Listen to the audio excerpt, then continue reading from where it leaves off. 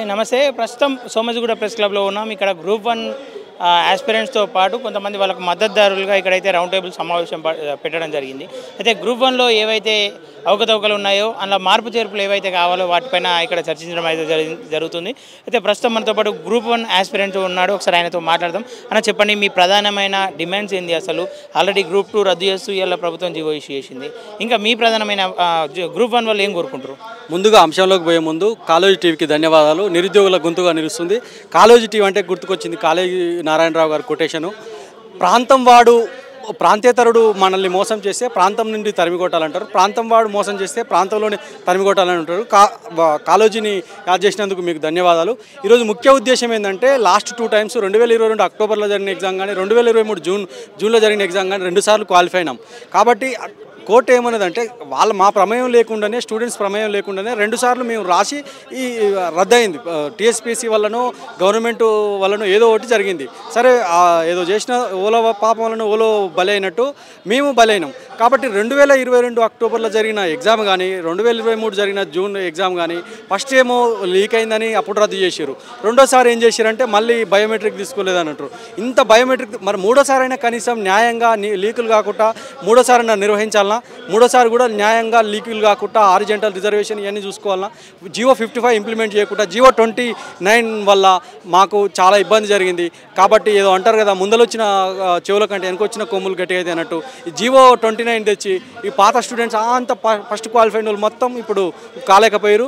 మాకు 70, 72 వచ్చినా కూడా కాలేకపోయినాం. కాబట్టి ఇప్పుడు కొత్తగా రాసిన వల్లనే అయింది. కాబట్టి కోర్టు ఏమన్నదంటే రీ ఎగ్జామ్ పెట్టమన్నది కానీ రీనోటిఫికేషన్ ఇవ్వాలి. 60 పోస్టులే పెంచి ముష్టి 60 పోస్టులు పెంచి 1,50,000 మంది ఈ కాంపిటీషన్ పెంచారు. కాబట్టి సరే, జరిగింది ఏదో జరిగింది. మాకు 1:, ఇప్పుడు 3 సార్లు పెట్టిరు కాబట్టి ఎగ్జామ్ 1:50 అట్లనైనా మీ లెక్కనైనా 1:150 తీసుకోవాలి. మేము ఏమంటాం, న్యాయమైనది. మేము పోస్టులు పెంచమన్నట్లే ఏమంటలే, 1:100 తీయండి. మేము ఆల్రెడీ మెయిన్స్ ప్రాక్టీస్ చేసి ఉన్నాం. కాబట్టి ఇది కూడా ఎందుకు అంటే మాకు కొన్ని సెంటర్లలో ఏమైందంటే 40 మినిట్స్ ముందే తీసుకురు పేపరు. అందువల్ల కొన్ని ఇష్యూస్ అయినాయి. మేము ఇప్పుడు ప్రజాపాలన అంటారు కానీ ప్రజాపాలన కాదు, ప్రజల రోడ్డు పాలన అయింది. ఓకేనా? ఏదైతే మీరు డిమాండ్ చేస్తారో 1:100 అని చెప్పేసి, అది 1:100 చేస్తే లీగల్ ఇష్యూస్ వస్తాయి, అందుకే మేము ఆలోచిస్తున్నామని చెప్పేసి ప్రభుత్వం నుండి ఈ మధ్య కాలంలో చెప్పిన సందర్భాలు ఉన్నాయి. దాన్ని ఎట్లా చూసుకోవచ్చు? ఒకటి సార్, 1:50 తీస్తేనే లీగల్ ఇష్యూ వస్తాయి. ఎందుకు చెప్పనా, మేము ఆల్రెడీ 2 టైమ్స్ క్వాలిఫై అయినాం, 3 టైమ్స్ కాలే. మాకు 2 సార్లు క్వాలిఫై అయిన వాళ్ళు ఈసారి కాలేదంటే ఏదో కుట్ర జరిగిందని మళ్ళీ కోర్టుకు పోయే అవకాశం ఉంటుంది. ఒక పాయింట్. 2 సార్లు క్వాలిఫై అయ్యి 2 సార్లు క్వాలిఫై అయ్యి ఈసారి కాలేదంటే ఏంది, మేము ఆల్రెడీ అన్ని మార్క్స్ వచ్చి అప్పుడు ఉన్న పేషెంట్స్, అప్పుడున్న ఓపిక, అప్పుడున్న ఎకనామికల్ కండిషన్స్ పేషెంట్స్ ఉండదు కదా. కాబట్టి అప్పుడు పాత వాళ్ళు కోర్టుకు పోయే అవకాశం ఉంటుంది. అప్పుడు ఏమన్నదంటే రీ ఎగ్జామ్ పెట్టమని అన్నది కోర్టు. రీనోటిఫికేషన్ ఏమన్నా అట్లా కోర్టుకు పోయే అవకాశం ఉంటుంది. హారిజంటల్ జీవో 55 క్యాన్సిల్ చేసి జీవో 29 చేసారు. అట్లా కోర్టుకు పోయాలి. ఇప్పుడు 1:50 ఇస్తేనే ఏలూళ్ళు ఉండదు. జీవో 1:100 ఇస్తే ఏలూళ్ళు ఉండదు. 1:50 కాక ఇస్తే మేము అందరం కోర్టుకు పోతాం, తలా కోర్టుకు పోతాం. ఇంకో విషయం చెప్తున్నా మీకు, మా ఫ్రెండ్స్కి చాలామందికి గత గవర్నమెంట్లో పోరాడి కొట్లాడినాం. మళ్ళీ అదే మేము మారువేషం వేసుకొని కాంగ్రెస్ సపోర్ట్ చేసినందుకు మాకు ఈ కర్మ వచ్చిందా? మా ఫ్రెండ్స్ అందరు చాలామంది, ఇంకా 100 మంది వచ్చేటో, నల్గొండ, వరంగల్, మహబూబ్నగర్, ఇట్లా మా ఫ్రెండ్స్ కరీంనగర్, నిజామాబాద్, ఆదిలాబాద్ ఎక్కడికక్కడ నిర్బంధించారండి పోలీస్ స్టేషన్లో. నేను నల్గొండ నుంచి వస్తే గ్రూప్ 2 వాళ్ళకి ఇలా ప్రభుత్వం స్పందించింది. అటు డిఎస్సి ఎగ్జామ్లకు అయితే స్పందించకుండా కొన్ని పోస్టులు వేస్తామని చెప్పింది, మరో నోటిఫికేషన్ ఇస్తామని చెప్పింది. ఇప్పుడు గ్రూప్ 1 కోసం ఎందుకు స్పందించలేదు ఇప్పటివరకు ప్రభుత్వం? మిత్రమా, గ్రూప్ 1, గ్రూప్ 2, డిఎస్సి అనే వాళ్ళు కొండ మీద కోతులేం, అందరం మనుషులమే.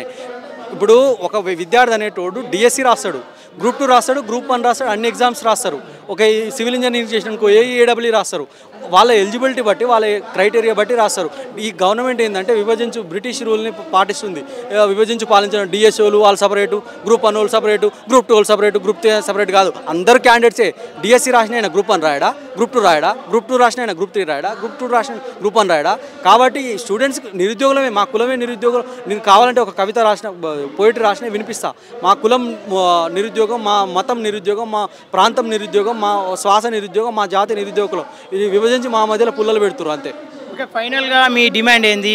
ఒకవేళ మీ డిమాండ్ నెరవేరకపోతే తర్వాత కర్తవ్యం ఏంటంటే 1:100 తీయాలి మ్యాక్సిమం. తీయకపోతే మాత్రం గవర్నమెంట్కు నష్టం చాలా. చాలామంది మా ఫ్రెండ్స్ కూడా, మీరు ఒకసారి వాట్సాప్ గ్రూప్లలో చూస్తే తెలుస్తుంది. ఒక అక్క 9 ఇయర్స్ నుంచి ప్రిపేర్ అవుతుంది. 9 months బేబీని పక్కకు పెట్టి 4 స్టడీ హాల్స్కి వచ్చి రద్దయి వాళ్ళ ప్రమేయం లేదుగా రద్దయి క్యాన్సిల్ అయ్యి చేస్తే ఇప్పుడు క్వాలిఫై కాలే. అలా బాబుకు 4 years వచ్చింది. మరి ఆ అక్క ఏం చేస్తుంది? ఇప్పుడు నేను సూసైడ్ చేసుకుంటా తమ్ముడు, నాకు 100 calls వస్తున్నాయి. మీరు అన్ని నిర్బంధాలు చేసినా ఇంతమంది వచ్చినాం మేము. నేనైతే 4 buses మారి వచ్చిన బ్రదర్, నల్గొండ నుంచి. ఆ నుంచి ఒక కాడ బైకు, ఒక కాడ ర్యాపిడో, ఒక కాడ మెట్రో, ఒక కాడ బస్సు ఎక్కి వచ్చి. ఇంత నిర్బంధం ఏందండి? ఇంత నిర్బంధమా? ఫోన్ చేసి మీరు ఏడరు సార్, నేను మారువేషాలు వేసుకుని రోజు పసలు కాస్తున్నాను, మీరు నమ్ముతారో నమ్మరు, నేను ప్రిపేరే కావట్లేను, కాంపిటీషన్కు దూరంగా ఉన్నానన్న. ఇంత నిర్బంధం ఏంది? ఇంత నిర్బంధం ఏంది స్టూడెంట్స్ మీద? మీరు గ్రామీణ ప్రాంతాలకు ఇప్పుడు 1:100 తీస్తే నష్టం ఏంటి? మీరు నాణ్యమైన విద్యార్థులు వస్తారు కదా. మీరు 1:50 తీస్తేనే మోసం. ఇదేదో కుట్ర జరిగింది. 29 తెచ్చి ఏంటంటే 60 పోస్టులు పెంచి కొత్త వాళ్ళకి ఇవ్వడమే పెద్ద ఫాల్స్. అదే పెద్ద హైకోర్టు కొట్టేస్తుంది అది. ఫైనల్గా ఏమంటారు? ప్రభుత్వానికి చెప్పాలనుకుంటే ఏం చెప్తారు సార్? విజ్ఞప్తి, మేము మీ పాలోలం కాదు, మీ గెట్టు పంచాయతీ కాదు. మీరు ముఖ్యమంత్రి అంటే రాష్ట్రానికి తల్లి తండ్రి వంటిది. మేము విజ్ఞప్తి చేస్తున్నాం సార్. మేమేదో పార్టీలకు పోయేటోళ్ళం, వాళ్ళకు మేము ఇంకా నిజాయితీగా మాట్లాడితే ఒక 2 months మేము వదిలిపెట్టుకొని సెప్టెంబర్, అక్టోబర్, అప్పుడు నవంబర్లో మేము మా స్టూడెంట్స్ ఒక్కొక్క గ్రూపులుగా మారువేషంలో వేసుకొని ఇంటికాడ తిడుతున్నా కూడా చందాలు వేసుకొని పోయి మా అమ్మ నాన్నలు కాలు మొక్కినాం సార్. మా ఊర్లో ఒక ఆయన చినరామచంద్ర తాత ఉంటే ఆయనతో పంచాయతీ పెట్టుకున్నాను నేను. మా వాళ్ళతో చాలా మందితోటి నేను మాది పార్టీ వేరే పార్టీ అయినా కూడా, మాది ఒకప్పుడు వేరే పార్టీ అయినా కూడా మేము వద్దు కేసీఆర్ వద్దు, స్టూడెంట్స్ ఇప్పుడు నువ్వు ఉన్న మీ కేసీఆర్ ఏదో నా పెద్ద కొడుకు అంటారు కానీ కన్న కొడుకు అంటారు అని, మా కన్న కొడుకు ఉన్న కొడుకు నష్టం అవుతుందని మేము ఎంతో పోరాటం చేసినాం. మాకు ఉద్యోగం ఇస్తే ఈ రుణమాఫీ ఎందుకు, ఈ రైతు బంధు ఎందుకు, ఈ ఉచితాలు ఎందుకండి? ఒక స్టూడెంట్స్కి ఉద్యోగం వస్తే ఇలా తెలంగాణలో 35 లక్షల మంది నిరుద్యోగులు, 35 లక్షల కుటుంబాలు బాగుపడతాయి. వాళ్ళనికి ఒక్కొక్కరికి పెళ్ళిళ్ళు కాక కుటుంబాలు ఆర్థికంగా కొంచెం ఆర్థికంగా లేనోనికి వాళ్ళ పరిస్థితి ఏంటి? చచ్చిపోతారు. ఇప్పుడు తెలంగాణ మేజర్ ఇష్యూ అంటే నిరుద్యోగ సమస్య బ్రదర్. మీరు నమ్ముతారో 35 లక్షల మంది 35 లక్షల ఫ్యామిలీస్ మీరు తీసుకోండి. ఇప్పుడు 35 లక్షల మంది వాళ్ళ ఫ్యామిలీస్ మీరు తీసుకోండి. నేను 8 ఏళ్ల నుంచి ప్రిపేర్ అవుతున్నా ఓన్లీ Group 1 మీదనే. మరి మా పరిస్థితి ఏంది క్వాలిఫై కాకపోతే? ఇంట్లో ఏమంటారు? నువ్వు చదవలేదురా బిడ్డ అంటారు. నాకు 72 వచ్చినాయి చూసుకో. నువ్వు కొత్త వాళ్ళకి ఎట్లా ఛాన్స్ ఇస్తావు? కొత్త వాళ్ళకి ఎందుకు ఇచ్చారు? ఎవరు ఏమన్నారు? నిన్ను ఎవరు డిమాండ్ చేయమన్నారు? ఉన్న పోస్టులు కేసీఆర్ ఇచ్చిన ఉన్న పోస్టులు ఇస్తే కోర్టు ఏమన్నది రీ ఎగ్జామ్ పెట్టమన్నది, ఓన్లీ రీనోటిఫికేషన్ ఏమనలేదు. ఓకేనా? Thank you.